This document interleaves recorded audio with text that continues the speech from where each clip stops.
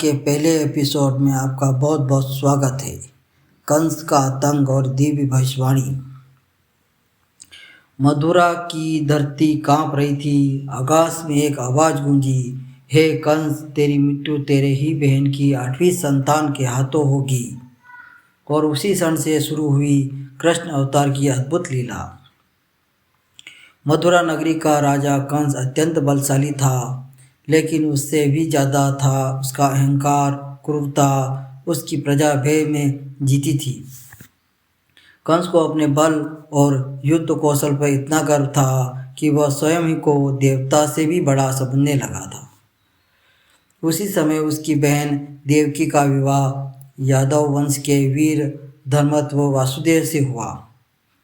मथुरा में उत्साह और का माहौल था। संगीत बज रहे थे, फूल बरस रहे थे। लेकिन तभी भाग्य ने करवट ली। आकाशवाणी हुई। कंस स्वयं रथ चला रहा था और अपनी बहन देवकी को ससुराल छोड़ने जा रहा था। तभी अचानक आकाश में गड़गड़ाहट हुई और एक दिव्य आवाज़ आई, हे कंस, देवकी की 8वीं संतान ही तेरी मृत्यु का कारण बनेगी। यह सुनते ही कंस का चेहरा बदल गया। उसका प्रेम क्रोध में बदल गया।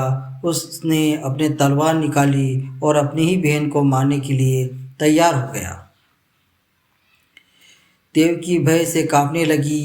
तभी वासुदेव ने हाथ जोड़कर कहा, हे कंस, तुम अपनी बहन को क्यों मारते हो? हम वचन देते हैं, जो भी संतान जन्म लेगी हम स्वयं तुम्हारे सौंप देंगे। कंस कुछ शांत हुआ, लेकिन उसका भय खत्म ना हुआ। उसने दोनों को कारागार में बंद करा दिया। मथुरा के अंधेरे कारागार में देवकी और वासुदेव के लोहे की जंजीर से बांध दिया गया।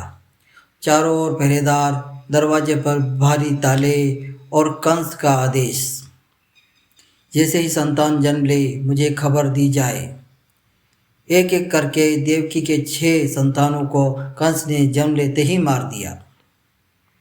एक बार माँ का हृदय टूटा। हर बार वासुदेव असह्य रहे, लेकिन उनके विश्वास की ज्योति बुझी नहीं।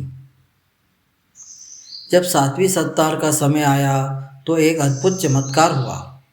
भगवान की योग्यमान ने देवकी के गर्भ में उस शिशु को उन्हीं के गर्भ से पहुंचा दिया। वही बालक आगे चलकर बलराम कहलाए। कंस को लगा कि गर्भ नष्ट हो गया है, लेकिन यह तो दिव्य लीला शुरुआत थी। अब समय आ रहा था उसे दिव्य अवतार का, जिसके लिए देवता भी प्रतीक्षा कर रहे थे। कारागार में उस रात अजीब प्रकाश फैलने लगा। हवा सुगंधित हो गई।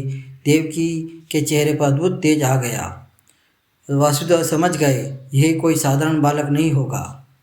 ठीक आधी रात भाद्र कृष्ण पक्ष की अष्टमी को भगवान स्वयं अवतरित होने वाले थे। जैसे ही आधी रात का समय हुआ, कारागार के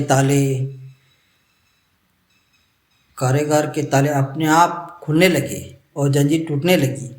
पहरेदार गहरी नींद में गिर पड़े और देवकी के सामने 4 भुजाओं वाले शंख, चक्र, गदा, पद्म धारण किए भगवान विष्णु का दिव्य रूप प्रकट हुआ। देवकी और वासुदेव की आंखों से आंसू बहने लगे और भगवान बोले, मैं ही तुम्हारा पुत्र कृष्ण हूँ, मुझे अभी गोकुल ले जाओ। आगे क्या हुआ, कैसे वासुदेव ने यमुना पार की, कैसे कंस को पता ही ना चला, ये देखिए एपिसोड नंबर 2 में। अगर आप चाहते हैं कृष्ण जन्म की पूरी दिव्य लीला रहस्य और भक्ति के साथ सुनना, तो वीडियो को लाइक करें, चैनल को सब्सक्राइब करें और कमेंट में जय श्री कृष्ण जरूर लिखें। जय श्री कृष्ण।